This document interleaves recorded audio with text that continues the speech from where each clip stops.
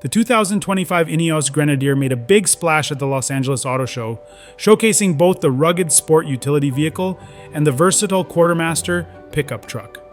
Designed for off-road enthusiasts and adventurers, these vehicles blend old-school durability with modern engineering.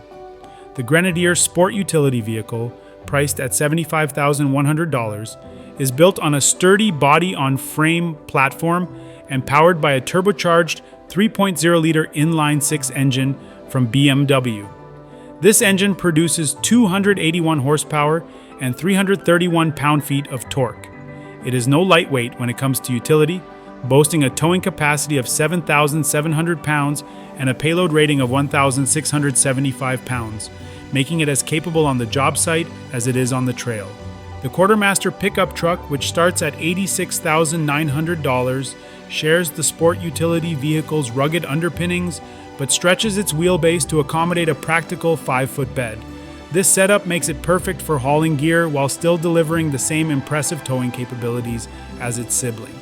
Although production was paused earlier this year due to supply chain issues, INEOS announced at the show that manufacturing will resume in January 2025. The company is targeting over 20,000 units delivered by the end of the year.